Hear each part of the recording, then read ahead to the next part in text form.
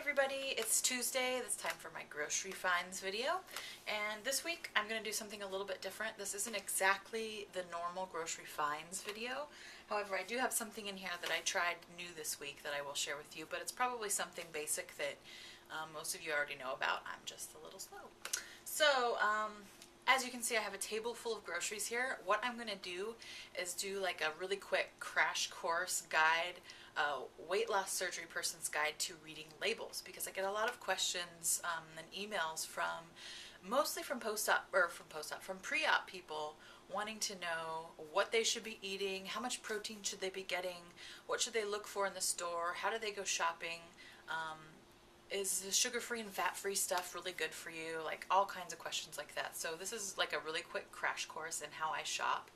And to all of you guys who find grocery shopping really confusing, I want to tell you that it will end up being like second nature to read a label and know if it's good for your post-weight loss surgery life. So I want to show you what I do, how I decide if a food is, okay, when I'm grocery shopping, I basically group things into two categories. The first category is like a high protein, healthy, everyday food, something that I will use as a staple in my diet every day to provide me with the 80 grams of protein that I need per day. I don't drink shakes. I should rephrase that. I do drink shakes, but I do not put protein powder in them.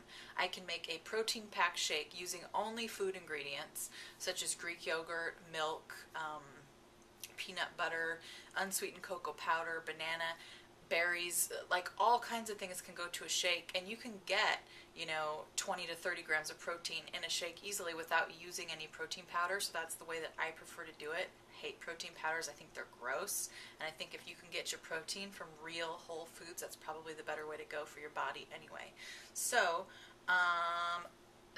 so the two categories. One are the protein foods, the staples, the everyday foods. The second category is the sometimes like treat kind of foods that I don't eat on a regular basis, but that I can reach for when I'm craving something. Because let's face it, we all have cravings, and it's important to have things in your fridge ready to go for those times when you're feeling weak and you need something. So rather than to run off to Dairy Queen or to go to the store for a candy bar, you have something that you can grab that will satisfy the craving on a few or less calories, and maybe you don't get a lot of protein out of it, but it will curb the craving and allow you to move on with your life. So, okay, so the rule here.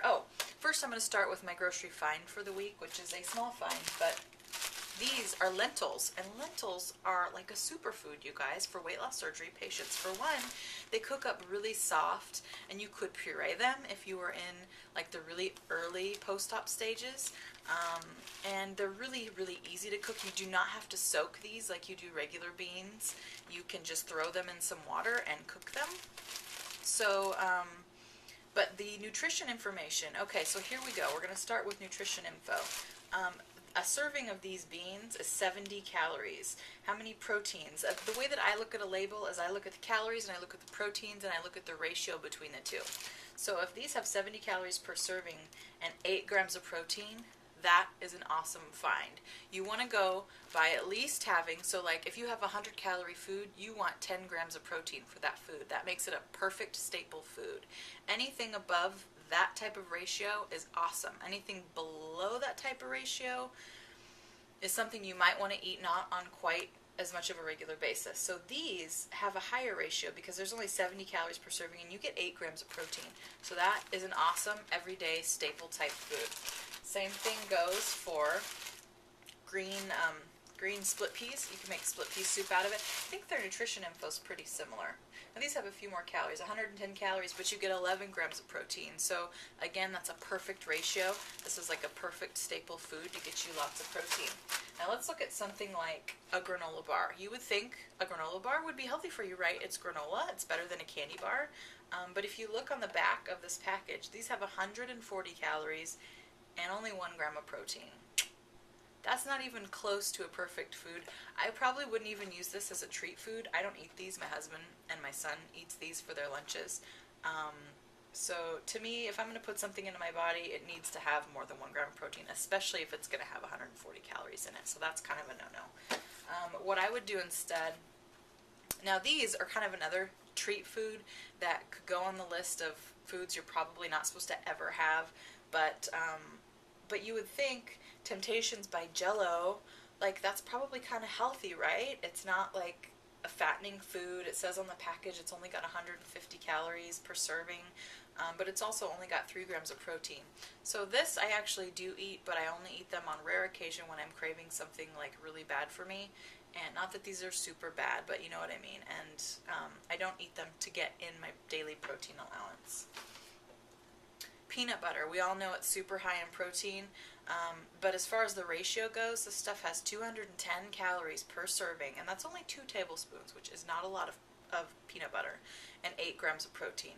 So for me, peanut butter is not something that I eat on a daily basis. This goes into the treat food category, and I will put maybe a tablespoon or even a half a tablespoon into a shake, and that'll give me the flavor, but I don't really rely on this for my protein because of the ratio is a little bit too low.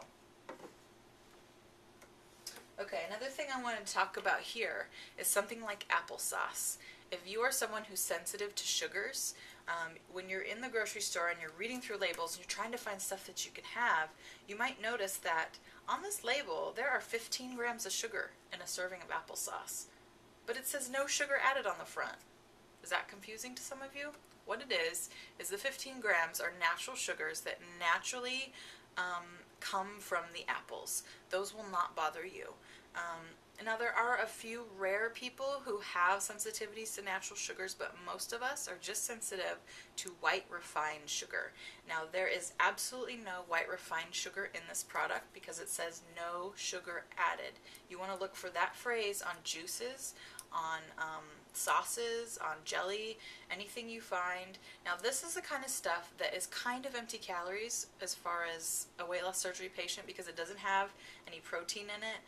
It's only got 60 calories per serving. So if you're craving something sweet, this would do the trick. It's 60 calories, but look for no sugar added on packages. And remember, just because something says it has 15 grams of sugar in it doesn't necessarily mean that it's going to affect you in a negative way and cause dumping. As long as it's no sugar added, you should be okay. Okay, now this is a treat that I recently came across. I hope the tape here doesn't run out. I might have to start a part 2 if it does, but I'm trying to get through everything quickly. This is something I ran across. Honey roasted peanuts. You're probably saying, that is definitely something I cannot have. Hello, high in calories. Well, I was getting big tubs of mixed nuts, plain mixed nuts, nothing on them. Really boring, kind of gross, but when you want a salty snack, you can grab those and at least you can get some protein in. Well, these are kind of on the borderline of a treat food because we look at the calories, there's 160 calories and 7 grams of protein, so, you know, it's not like the perfect ratio, but it's really not bad. But what I found was that by looking at labels, the mixed nuts that I was getting that had no flavoring on them whatsoever had 20 more calories per serving and 2 grams less protein. And they also cost $4 more. So, hello, I'm having honey roasted peanuts now. Holla! So definitely read your labels because you never know what you might find.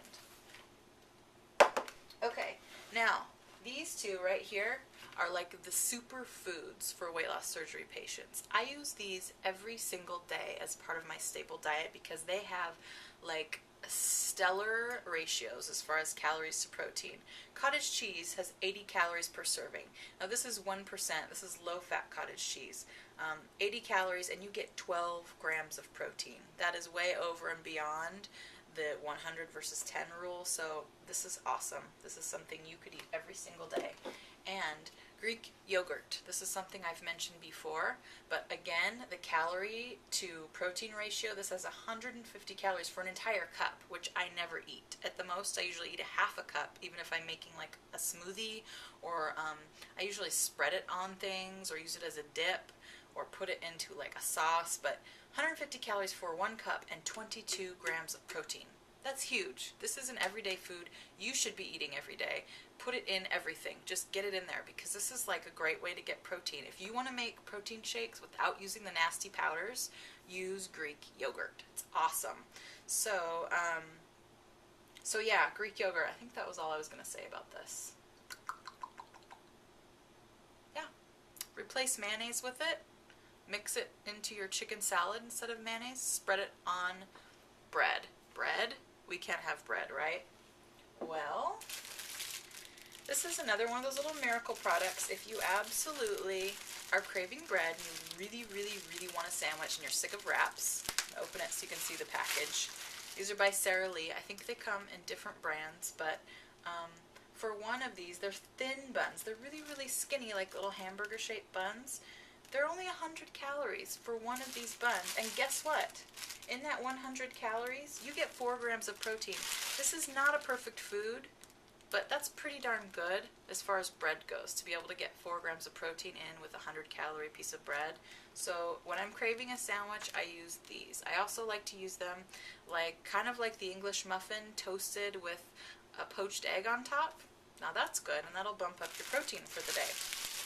So I think that's all I've got here. So I hope you enjoyed this week's grocery finds and that you are now armed with a little bit more knowledge when you go into your grocery store and go shopping, and hopefully that helps you, decode the whole mystery of what you're supposed to be buying and what you're supposed to be eating. And I will see you all on Friday for my next weigh-in video. Make healthy choices, and I'll see you then. Bye.